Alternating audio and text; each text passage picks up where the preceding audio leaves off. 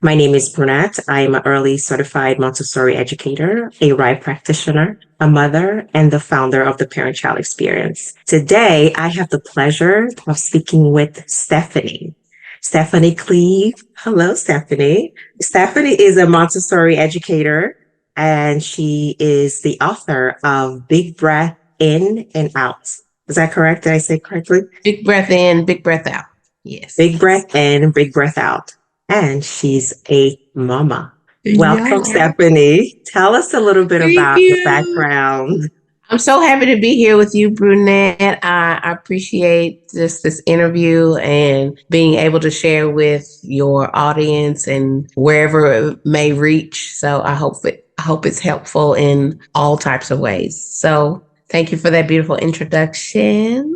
My background is in many things before I got to Montessori. My mom, she's been in childcare for over 30 years. And just being with her, helping her while I was in school, I had always been in the environment of educating and being around children and caring for children. But I think my route took me as an athlete, took me into a path of biology because I wanted to study athletics and a form of athletics. So I went into pre-physical therapy and found that although athletics is a passion of mine, just the way that it's done, I didn't too much like it. So I decided to get my master's in early childhood education. I ran into Montessori. One of my classmates was given a presentation in one of our classes and presented a video of a day in the life of a primary classroom. And she showed pictures. She showed how the children were working. Like it blew my mind away. I did not understand how children can work like this and in such a calm and like independent way. I had never seen that.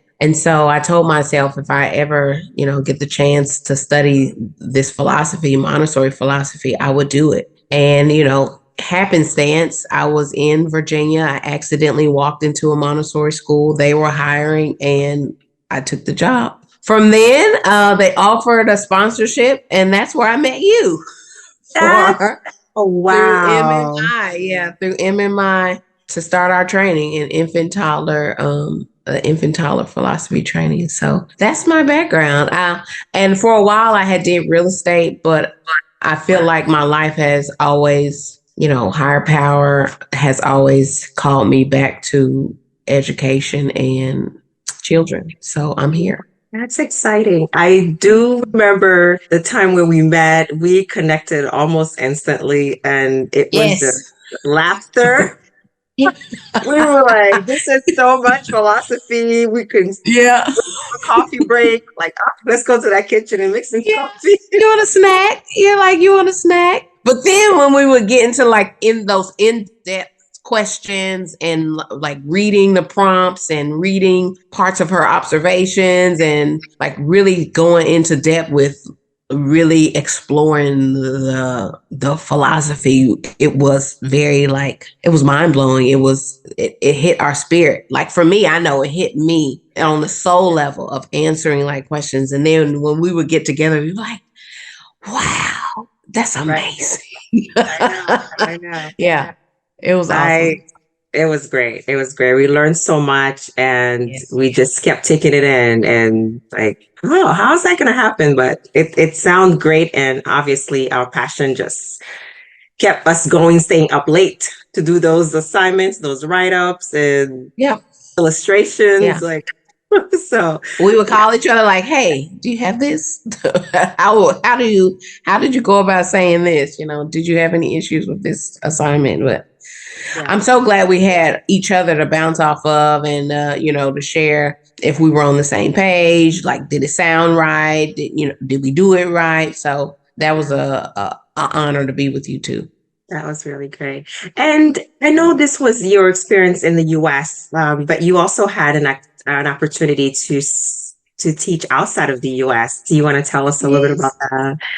that? Okay, so So I told you, with my background, I was in sports. I was a student athlete, and then I went into education. Certain areas, I would say, with education comes being able to provide for yourself from a financial standpoint. And the area that I was in didn't do that for me. So I had to, survive. So I went into real estate. And with going into real estate, I was there for about 5 years, and I started as an assistant to selling new homes, and then I became a sales counselor where we did the full spectrum of building a home. Like a family would come in, they would choose their lot, they would choose their specifications on the home, floor plans, all of that, and it got to a point where I was very stressed, meeting quota per month, making sure we had numbers, making sure I kept up to date with things. And so it got to a point I was too stressed, and I said, I missed the classroom. I missed the Montessori experience. And so with my cert, I knew I could go anywhere around the world. So I just threw my resume out there and my certification out there. And the first school that responded back to me was China. The school is called Montessori School of Shanghai. And they gave an offer. I didn't turn it down. And I was on my way smoking to Shanghai. So I will say, when I got there, of course, it was a huge culture shock. Walking into an airport with 10 pieces of luggage, nobody spoke English. I had to look for my driver. I didn't have access to a phone because you needed to get a SIM card. Like it was a huge learning curve for me, but I knew, nothing was done by mistake. I knew I was there for a reason. And so once I got to the school was beautiful, huge classrooms, tall ceilings, open windows, like sunlight shining through, beautiful furniture. And my journey began in China. And I would say maybe the differences between the US and China is, of course, China really puts the education at the forefront, and they really value their teachers. So in valuing their teachers, the pay is nice, really, really nice. You get a lot of benefits from teaching, and parents see education as something that is definitely the number one thing that's important for their children. So the standards over there are very, very high. And a lot of things that they do care about is my child well taken care of? The curriculum, let me know what the curriculum is on a maybe weekly basis, bi-weekly basis. What is my child learning? They really don't, they've read about the Montessori experience, but it's very new over there. So we did have to educate them on what it is and what it looks like. But I think I did a good job through my experience of being on there and adapting to the environment, just how to explain to them and what the benefits are for them, and seeing like the start of the year towards the end of the year, the difference their child has made just in their full personality, how they are able to, build on their skills. It was a great experience. I really And enjoyed it. I actually miss it. I miss it a lot. oh, wow. And that was the Yeah. next question I had. I thought, I know you're a mom now, but this is prior to becoming a mom. You have worked in this field as a Montessori guide and or Montessori teacher is we call it guide. So you had so many opportunities to guide children and Yes. support parents. So if you had to think about it like before becoming a mom, what was that experience like guiding children, guiding infant toddlers, and supporting parents? What was that experience like, or what was the most impactful part of this work for you?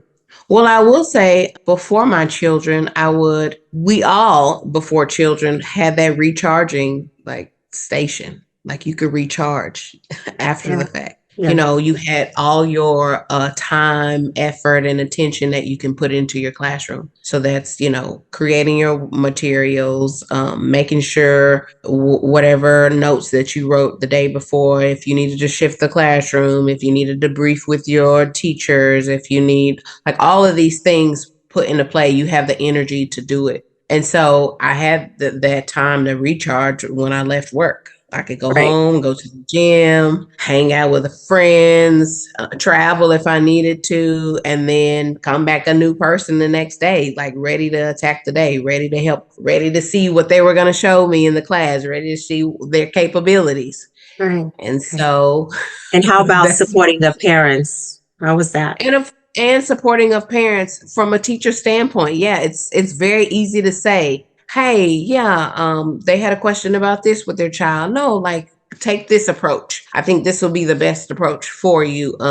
But for me, I had always been the type, even when I didn't have children, to be very understanding of parents. I know sometimes that we could be a little strict and stern because we know how important it is to have those boundaries in the classroom. So we kind of like give the encouragement to them to say, okay, try to have these boundaries. But a piece of me had always been the understanding type to be, or to say it's okay if it doesn't work that way, or if it's okay, like we can try again tomorrow with the boundary for you and your child. So, but after, Well, let's talk about after. Before we jump to after, how many children do yeah, you have? I have two And how, handsome boys. yeah, and how old are they? My oldest is 2.5, and my youngest is a newborn. He was born December 4th, so he's about 6 weeks. And Yes, he's about 6. congratulations. Thank you so much. We're boy moms. That's right. Yes, Yeah. we are. Yes, we are. And it's so good to talk to you now about this because my next question is how is being this educator, knowing the philosophy, having supported children and parents, and now you're parents, how are you seeing the principles of Montessori now? Like, do they have new meaning to you? Do you see them differently? And how are you able to implement those at all, anything at all? You tell us. How is that Yes. going for Yeah. you?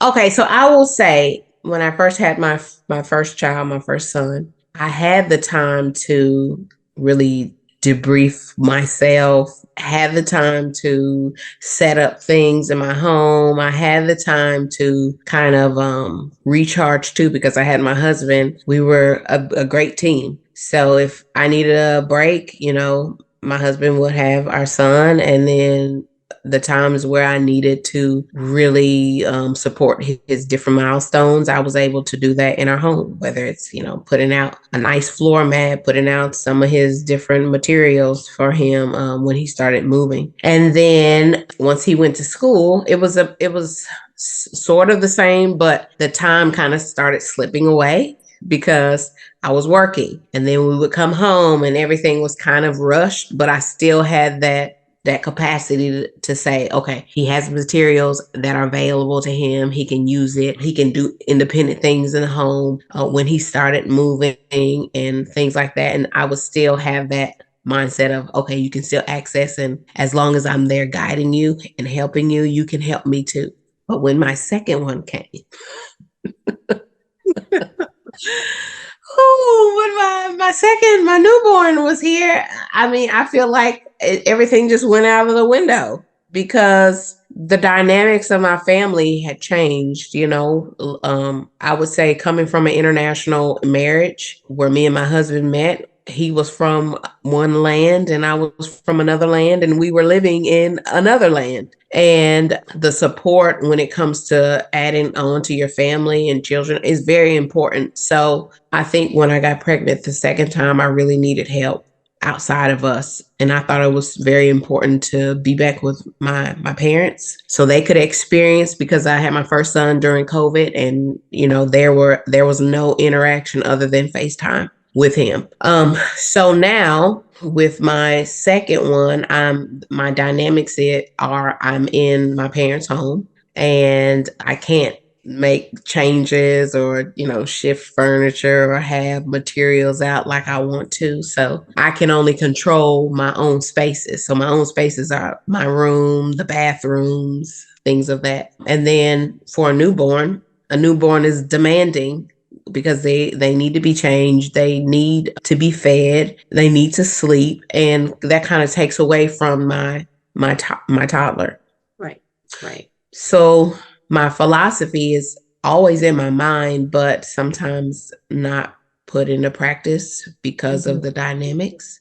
So mhm. kind of disheartening as a Montessorian because, how we were trained, we know the benefits of it. We see the benefits of it. We've shared with parents what they need to do and should do outside of the classroom. And then now we're in that position. And it's like, are you practicing what you preach? Can you Mhm. practice what you preach? Is it even possible? Do you have the sanity to do it? Do you have the energy to do it? It's just different dynamics once you become a parent and once you start adding children to your roster. Right, right, right. And Yeah. as you remember, and I appreciate, and I'm gonna, kind of dissect what you said a little bit because I hear you're saying, you were in a different place, right? A home that because you needed support, so you're with your family, which makes perfect sense, right? And you said the only thing you can control is your space, your bedroom, the bathroom, and so on. And so this is a great part. And this is why this talk is so important because in the midst of change, it's hard for us to see windows of opportunities because we in it. And by being able to talk and share our experiences, our moments, then we get to see how someone else sees it or something like that. Or maybe someone who's had that experience. I know for me, when I met you, I remember you flying through the program, like getting it done. And I was already a mom and my Yes, son was you are. very young. So the Yes. struggle was during the training for me. And I was like, Right. just getting to class on time was just like, oh, I'm just trying to, and I would show up Yeah. and then, I remember Suzanne would just be like, "Mm." Yes. You see, and Yeah. all the time I'm just gonna I'm take them with so me so they can sorry. see, Yeah. so they can see Yeah. I have a reason for being late and so on, Yeah. and all of that, wanting to apply what I was learning at that time. I didn't Right. want to just learn it in class and go home and do something completely different. I wanted to implement it right then and there, and Right. that as you know now, it's very, very challenging to do. But as a mom to mom, colleague to colleague, as I'm hearing you saying, what you have, what you can control is what you have. That is where the philosophy comes in Right. because it's what you can do. As we think about the Montessori philosophy, it is one that allows you to do it with what you have.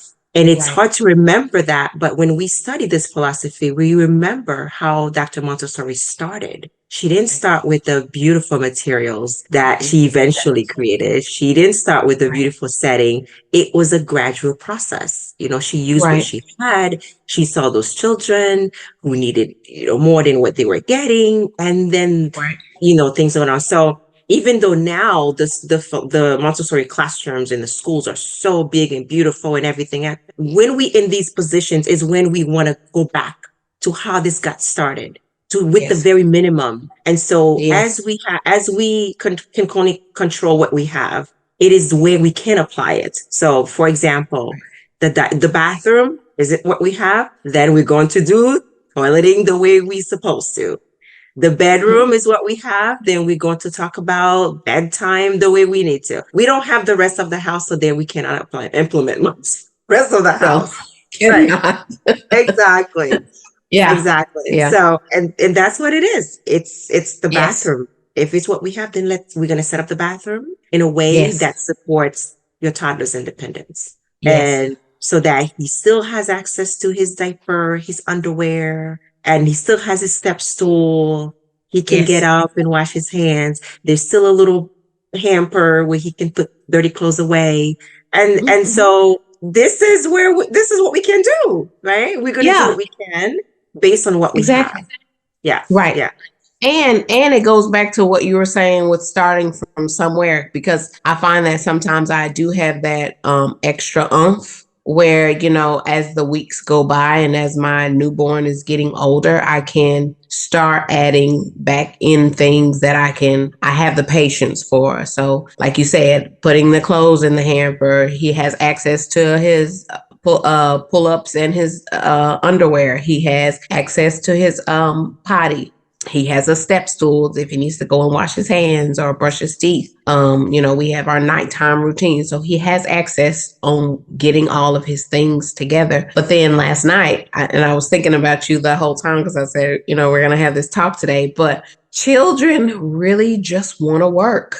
That's all they want. They want to be involved. They want to contribute in some type of way. They see you doing everything every single day and they just want to be a part of it. That's basically, what it is, what the philosophy is, a child in confidence being built, independence, and being able to mimic your model. So, it was okay. We have a full hamper. We need to take it down to the washing machine. So he pulled the hamper down the stairs and took it to the washing machine. And then he opened the door and started putting all the clothes in the wash. And so I said, we'll wash tomorrow. No, he wanted to wash tonight. So he knows where to pull out to get the detergent and all of that. And, prior to that, the reason why we went downstairs is because he had ripped a piece of the book, one of his night books. And I told him, I said, Braylon, we tore our book. Now we need to fix it. We need to be very gentle with our books, but now we need to fix it. We need to go get something to fix it. So he took the hamper downstairs. Once he was finished putting the clothes in the washer, I got tape out of the drawer and I sat down with him and I said, we need to tape this back. We need to be very gentle with our book because if we're not, we can't read it the way we want to. So I showed him first how to put the tape on, and then he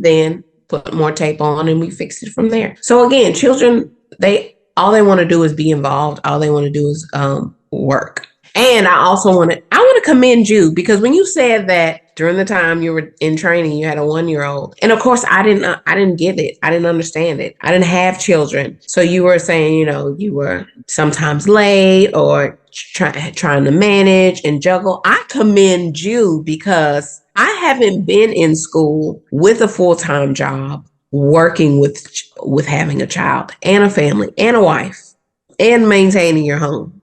Yeah. That's a lot. Okay. Yeah. And to say now that I'm experiencing it, like my heart really goes out to our 2013 brunette because it's a lot. It's a lot to manage. It's a lot to juggle. And I will say women are superheroes because the energy that we have to pull from wherever just to make sure we get through the day is commendable on all aspects of just being the human experience. It's beyond, like sometimes I don't know how I'm doing it, but we do it. Right. Right. And I'm so glad that this has been my dream to have this platform. So, yes. You and I could talk about this. Others might just be able to listen to it to know that they're not alone in this journey, right. Whether they are someone who knows the philosophy or who aspire to, to know it and do it. You're not alone. Right. This is doable. But we have to recognize how much we can do. And right now, as we're talking, you realize you are implementing Montessori philosophy. You are doing it. You probably didn't even know you were doing it. We're talking taking hamper to the laundry downstairs. You're talking sitting down to fix a book. Isn't that exactly what we do in the classroom? Yes. Yes, that's exactly. It's exactly what we do. Yeah. That's exactly what we do. Now it's in a different place. It's at home. It's with our own baby. So, and right. Sometimes because we're going through the day, we don't realize how much we're doing. And this is why this little talk is so nice because now you realize, hey, I am doing this. Yes. I am. That's right. Pat on the back. That's exactly right. That's right. Awesome. Perfect. So I can see now this, this is ongoing for you and has it been for me. So I want to ask you, the next question would be, so we talked about now that you're not in your own space, but even if you were, you still have help from parents and other people. How is that? Because sometimes when we learn something so amazing and we ready to embark on it, but then we at the mercy of, friends and family who help us and they do things quite differently. How's that going for you? Yeah.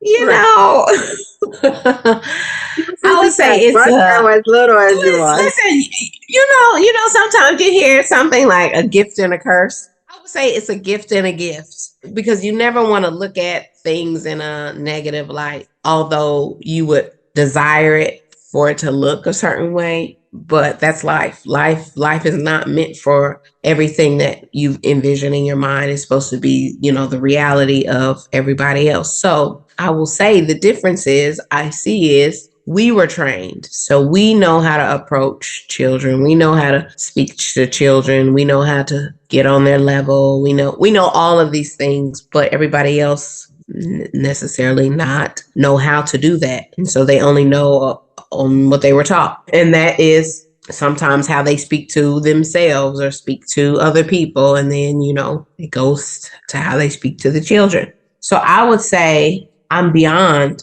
blessed to be able to have help because if not, I don't know, my sanity would not be there. But just to have those extra hands and to have like my father be with my son, my oldest son, my mom be with my newborn, all of those things. And I will say from their own background is very different. And so now with our new generation of teaching and being patient and the gentle parenting, and we want to incorporate those things because we do see the benefits of that. And then we're kind of like parenting our younger child within ourselves. And so I've learned that you kind of just have to go with the flow and then model for them. So in modeling for them, it's okay. Are they watching me how I speak to my son? Are they watching me how I do things?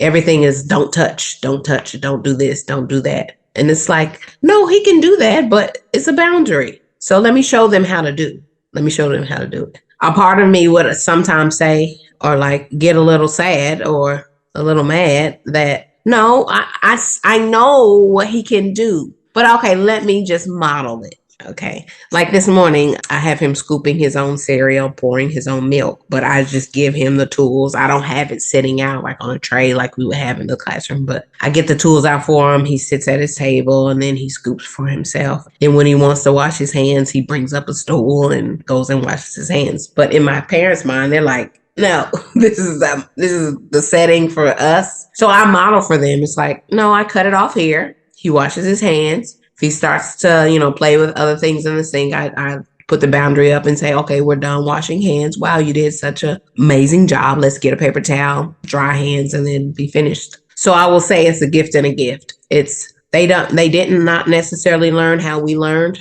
on approaching supporting children, but I think as much as we can model for them, for the children, we can model for our surrounding family to help too. And some will be open to it, some will not. I've had many heart to hearts with my mom on like parenting this way. And so when you do have that heart to heart, it's from her standpoint is I never looked at it that way or I never saw it that way. And so I would see the changes within her. I started seeing the patience. I started to see the no's turn into yes. So it's, I think from the outside looking in, yeah, it can be a bit challenging, but you just have to take what you have and work with it. Right. Yeah. Right. So I'm very grateful. I'm This is very grateful that I have this, and that I have this perspective too, because I think when you're in the moment, you like get super heated, like, or angry or want it done a certain way. But, now that I've had the time to reflect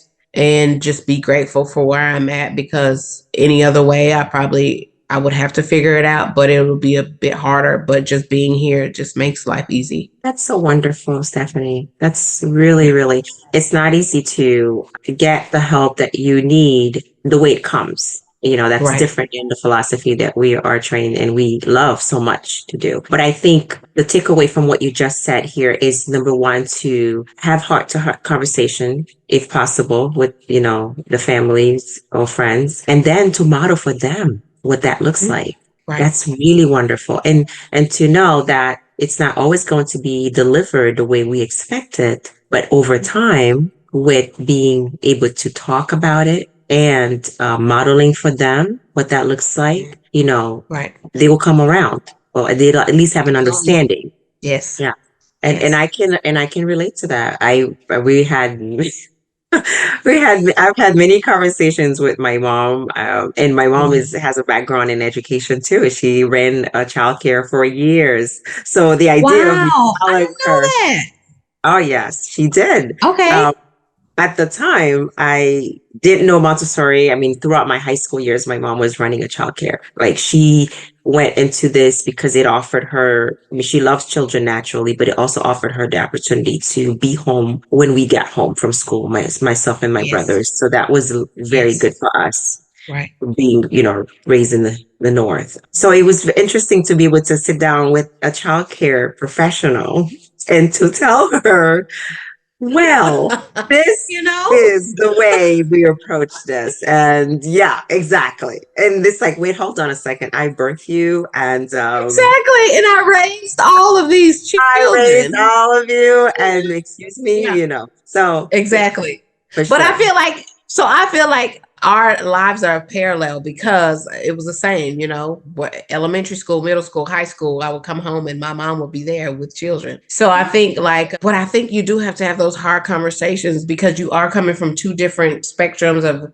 time zone, well, not in time zones, but just time frames like of education. So yes, my mom was raising children and this is how it was done. And now we're in another time where we're raising children and then this is how it's done. So I would have many talks with my parents. Sometimes we would bump heads, like it would be my dad. He would say, your mom is very experienced in this. She's done this a very long time. And then I would have to say, and I've done a very long time too. Yeah, I have because, respect to respect. Yes. Right. 30 plus years. I commend that.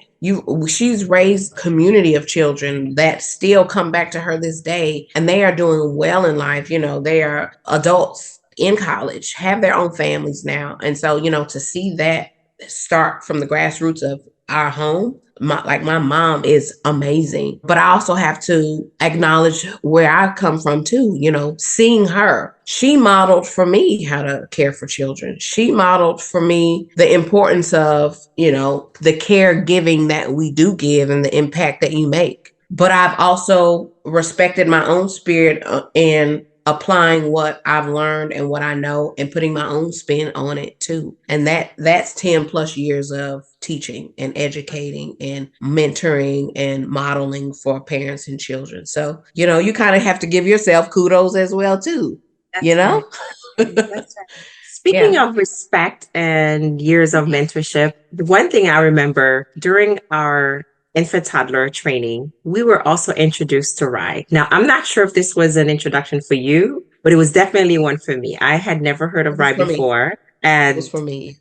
yeah, was it new? Yeah. So Mm-hmm. it was new for Very us. new. It was and I remember coming from Atlanta, where AMI training it's Atlanta is one of the hub of AMI training, Montessori training. So it was the model, the way of doing things, which as you know, there's still a lot going Very, on. very, yes, Yeah. And so very moving to high. Washington, D.C., where most schools were not AMI, most schools were AMS, a little bit of AMI, a little bit of AMS. So we're coming from Atlanta, where most schools are AMI. If you didn't have an AMI certification, you're just not going to get a job. So moving to Right. DC and coming across, the school where I worked, and which was not AMI, and I had felt like, this was the model for me. This was the way we do things. So when Rye was introduced into our infant toddler training, Yes. definitely, first of all, this is not AMI, it's not AMS. What is this? Rye? No. What is What? it? Yeah. Exactly. Yes. And so I Yes. remember feeling like, I'm not sure about this. Like, Maria's got this. It's done deal. Let's not add to it. And I'm Yes. curious, what was your impression when, this was introduced to us?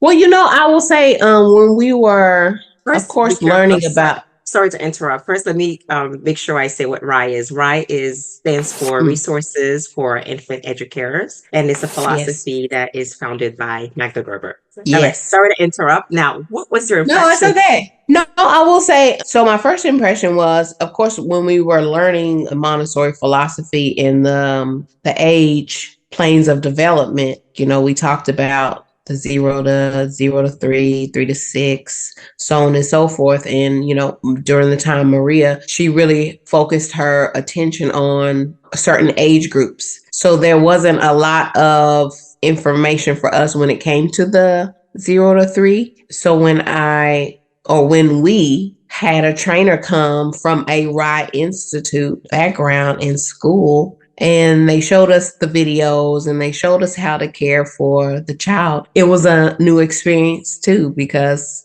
I had never seen the amount of attention put on an infant, and even allowing them to have the capacity of capabilities to see what they're able to do. Because when we think of, outside of this, we think of an infant, we're like, okay, they just lay there, and then, we change their diapers and put them to sleep and then feed them a bottle. But for Rye is more in depth. It's paying attention, observing their every movement, like get them giving you cues, you speaking to them, and waiting for them to respond to you, even though it's not verbally, but non-verbally. And so when they would teach us this and tell us about this, I was like, oh, this is another world. This is a new world that I never knew anything about, but it makes sense. It makes sense. Yeah. And not only do you hear someone speak of it, but to see it on video and to see it, a live observation, like it's real. It's real. It's real. Yeah, it's real. For sure. I cannot tell you how much as much as I put a barrier with, not sure about this. Yeah. I was so grateful, first of all, to Beverly Kovac, who was the person who was introduced, who was sent to our school. Her and her daughter, Nicole. I mean, she was just so patient. I know. Can you remember? You remember, yeah. With us. And I was like, wow, this, it was like very hard to make that transition. For me, at least, it was hard to make that transition because we knew the power of showing and then watch the child do. We know this is the model for Montessori. We show, we fade away, we allow, which sounds great. But then with Rye, don't show at all. Right? No. At least not at this level. No, it's about observe. Just set it up and observe. And observe to the point where you're not lost in your thoughts, but you are actively observing. Presence. Yes. Exactly. Yes. They might be saying something to you, but you may miss it if you're not observing. Listen, in a world full of distractions that we are in now, you talk about present. Yeah, for sure. And I remember how I just felt the other thing that was, because I was already a mom at that point. And I thought this was such a relief for me to know that I didn't have to have so much. And I think this is something I want to bring out on this platform, because when you are about to give birth, and wherever you are, especially if it's your first child, you think of all these things that exist, that, baby stuff, baby gadgets, all these things. And you think these are necessary. And yet the most important thing is, number one is you, right? And the next one is you. And then again, you are the toy. You are the material. Yes, you are. You are the everything. Yeah.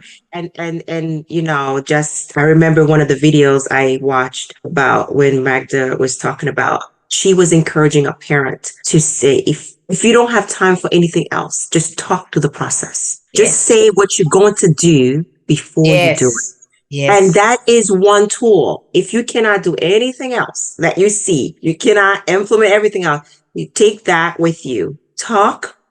Say what you're going to say. Say what you're going to do before you do it. And that is going to be it becomes a pattern. I tell you, it was very hard for me to start talking to infants who I know there was going to be no answer back to me. And I'm thinking, what?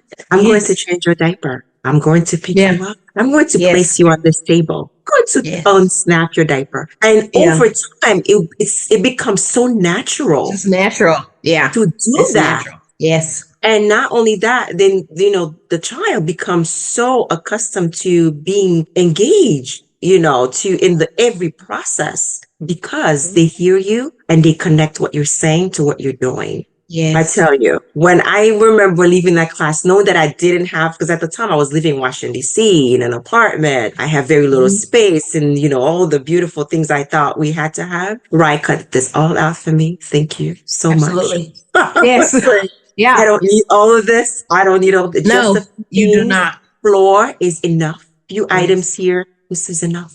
Let him be. Yes. Let him work. Let him play Yes. and let me Yes. watch.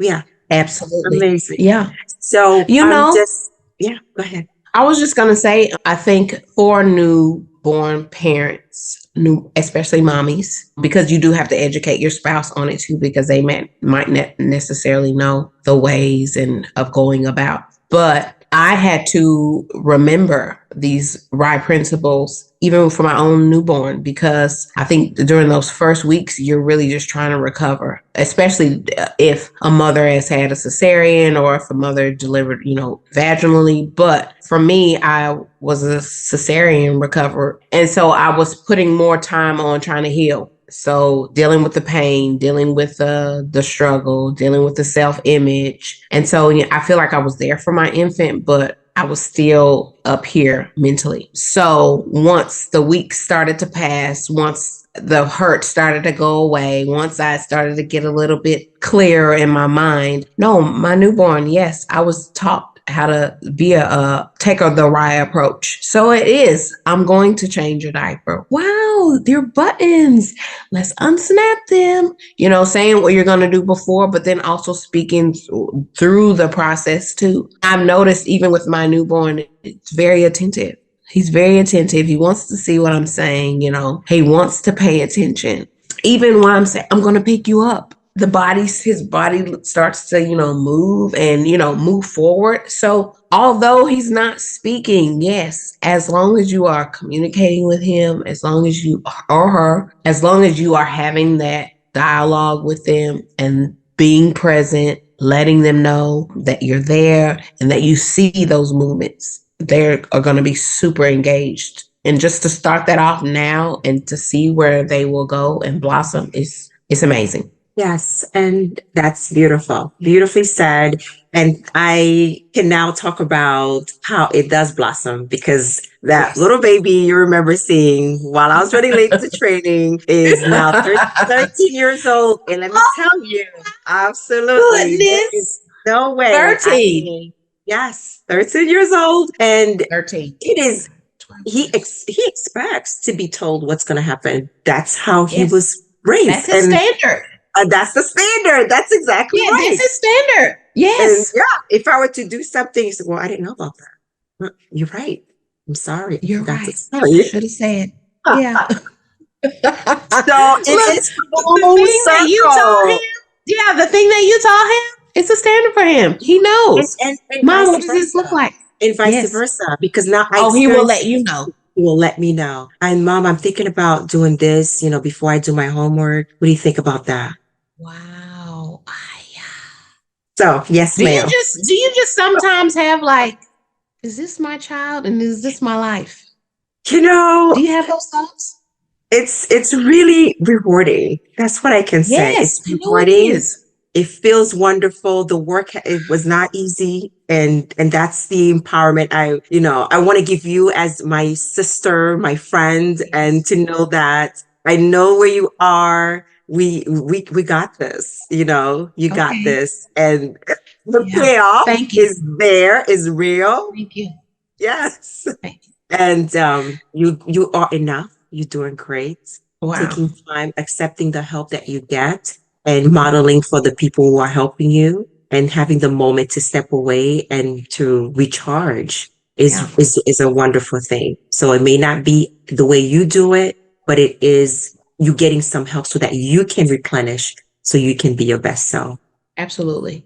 And Yes. Brunette, when we did have this heart to heart, the other night, and which you initiated this conversation because we did have that moment of like transparency of really you asked me, you're like, how are you doing? And I went there like emotionally because it is hard. And I feel like a lot of a lot of mothers, a lot of parents don't have a lot of resources like, we have for RIE, but they don't have those resources and, someone to reach out to, or they aspire to have this education that they want to give to their children, but they don't know about going about it. And then even for the educators that are in it, the Montessoris that are in it, we are having our, struggles too. So, just to express how I was like in a mental state, in a physical state to you, and being able to bounce that off of you, and, you sharing that it's going to be okay. Like, you are the material, you are the work. Like, that was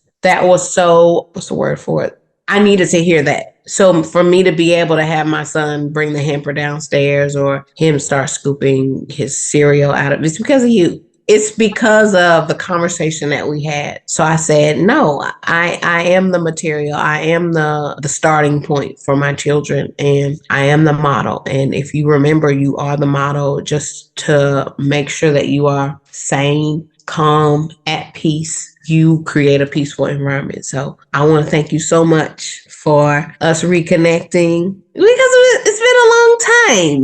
It's been a while. It's been a It long has. time. But you are my recharger too. So I appreciate our talks. I appreciate everything that you are. I appreciate every experience that you've gone through, because you are able to, support those around you. And I appreciate the benefit of it. I'm so glad. I'm so glad.